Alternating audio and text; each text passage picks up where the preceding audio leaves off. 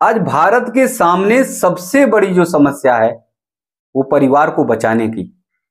जो भारतवर्ष कभी परिवार के नाते जाना जाता था, जिस भारतवर्ष की महत्ता परिवार के कारण थी, क्योंकि परिवार यहाँ पर संस्कार, परिवार यहाँ पर संस्कृति है।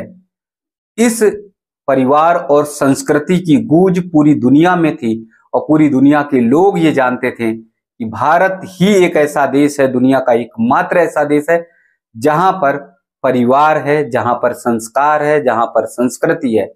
उसी परिवार को हम तोड़ते जा रहे हैं, उसी परिवार की परिकल्पना को खंडित करते जा रहे हैं, उसी परिवार की संरचना को हम समाप्त करते जा रहे हैं। आज भारतवर्ष का प्रत्येक व्यक्ति लगा किस चीज में है? वो भाग दौड़ में लगा हुआ है, धन और दौलत कमाने में लगा हुआ है, शोहरत कमाने में लगा हुआ है। वो बड़ी बड़ी कोठी, बिल्डिंगे, सब कुछ खरीदने बनाने में लगा हुआ है। वो महंगी से महंगी कार खरीदने के चक्कर में लगा हुआ है, लेकिन कार तो खरीद रहा, संस्कार को छोड़ता जा रहा है। जब संस्कार विहीन भारत हो जाएगा तो भारत में कभी भी परिवार की संरचना जो है वो नहीं टिक पाएगी। तब परिवार की जो संरचना है, जो परिवार की परिकल्पना है, जो परिवार भारतवर्ष की आत्मा है, वो भारतवर्ष की आत्मा परिवार कभी जीवित नहीं रह पाएगी, क्योंकि हम संस्कार को छोड़ते जा रहे हैं, हम अपनी संस्कृति को छोड़ते जा रहे हैं। हम परिवार में आज इस ऐसी स्थिति हो गई है कि एक साथ बैठते नहीं। परिवार में ऐसी स्थिति हो गई है कि भाई और भाई एक साथ बैठकर भोजन नहीं करते। शाम के समय भाई और पूरा परिवार एक साथ बैठकर भोजन नहीं ग्रहण करता, प्रसाद नहीं ग्रहण करता। इसका परिणाम क्या है कि भाइयों भाइयों में विद्वेष है। इसका परिणाम क्या हो रहा? भाइयों भाइयों में वैमनस्यता है। इसका परिणाम हो रहा है कि परिवार एकदम खंडित होता जा रहा है और परिवार की संरचना समाप्त होती जा रही है। जब परिवार समाप्त हो जाएगा तो आप जानते क्या है? तब संस्कार समाप्त हो जाएंगे, क्योंकि पहले परिवार में दादा दादी हुआ करते थे, पहले परिवार में चाचा चाची हुआ करते थे, पहले परिवार में बहुत सारे ऐसे रिश्ते थे। वो रिश्ते बच्चों में संस्कार भरने का काम करते थे। कभी दादाजी बच्चों को कहानियां सुनाया करते थे, दादी कभी कहानियां सुनाया करती थी, राम और कृष्ण की कहानियां हुआ करती थी। इन कहानियों के ही माध्यम से हमारे बच्चे संस्कारित होते थे। हमारे बच्चे जान पाते थे कि परिवार क्या चीज है, रिश्ते क्या चीज हैं। उन रिश्तों के बारे में बहुत अच्छी तरह से जान पाते थे। आज हम रिश्तों को समाप्त कर रहे हैं, आज हम परिवार को समाप्त कर रहे हैं, और ये भारत के विनाश का बहुत बड़ा कारण बनेगा, बहुत बड़ा कारण बनेगा। आज एकल परिवार में हम सुख और आनंद की प्राप्ति की अनुभूति करते हैं।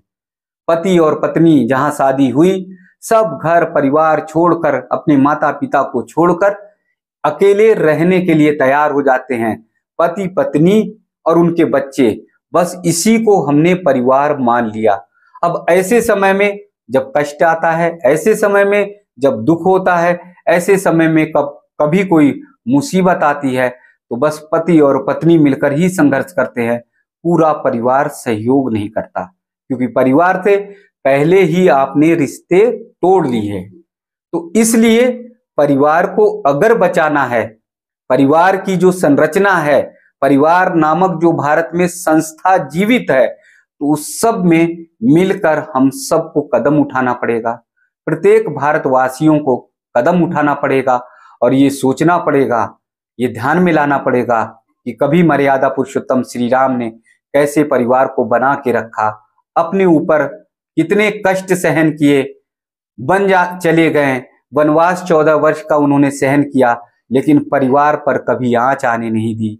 जो भी रिश्ते थे, चाहे भाई का रिश्ता हो, राम ने बखूबी निभाया, चाहे पति का रिश्ता हो, चाहे एक अच्छे पुत्र का रिश्ता हो, सारे रिश्तों को प्रभु राम ने बहुत अच्छी तरह से निर्वहन करने का काम किया।